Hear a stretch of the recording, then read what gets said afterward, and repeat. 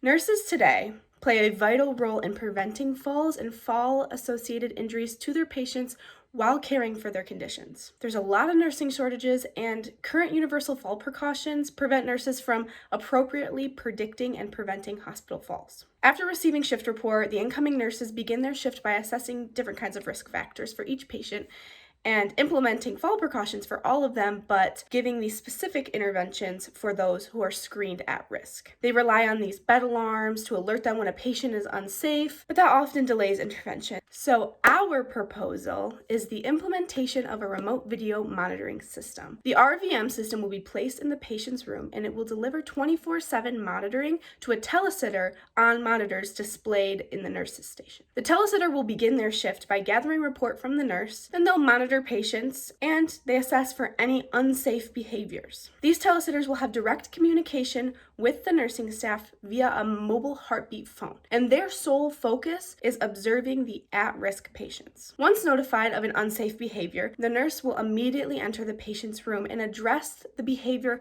before the fall. This will increase awareness when a patient exhibits dangerous behaviors, leading to faster intervention and decreasing fall incidents. The nursing assistants will complete safety checks on patients with the RVM to confirm that universal fall precautions are implemented. The nurse also will continue to do their Q4-hour risk assessments, and they can still use that alongside the RVM. All right, so let's get started looking at our workflow diagrams. So we see that there is the start of the nurse's shift, the start of the OT and PT, and the start of the physician's shift. The start of each shift, no matter what, is assessing those fall risks in EPIC. This can be mental status, previous falls, vital sign changes, current medications, all that stuff. If we look at the PT/OT side, we see that they identify the risk factors and then they just review the universal fall precautions. Now, if we look at the nurse's side, we can see that there's a little bit more to it. We say, are there risk factors? Yes or no? If it's a yes, we continue to implement those fall precautions and then we add client-specific needs. If it's a no, we continue to implement those fall precautions and you do those Q4 assessments,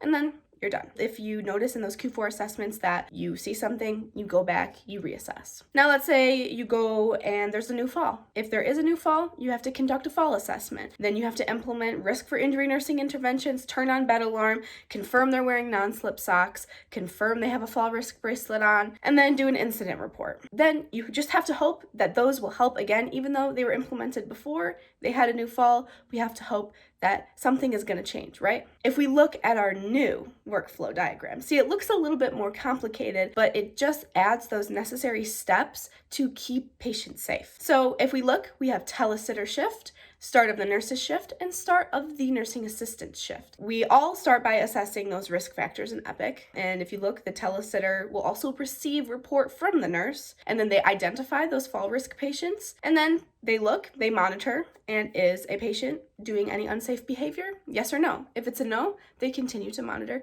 If it's a yes, they immediately notify the nurse at the first sight of an unsafe behavior. And if you follow that line from the telesitter to the nurse will then enter the room and address these behaviors. Did you receive the notification from the telesitter? Yes or no? That's how we decide which way we go.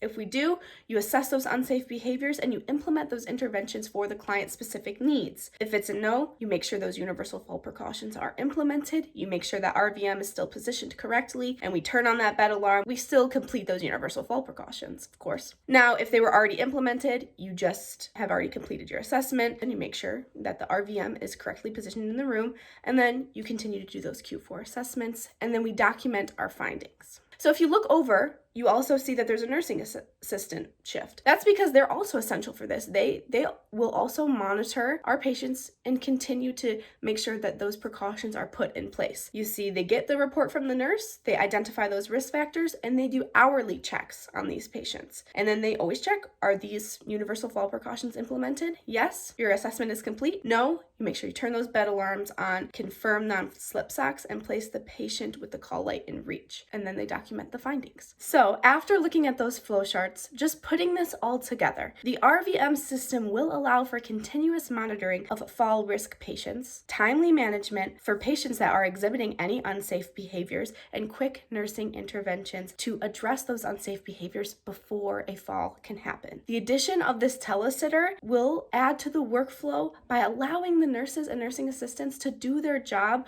while also increasing patient safety, thereby decreasing any incidence of falls. Thank you very much.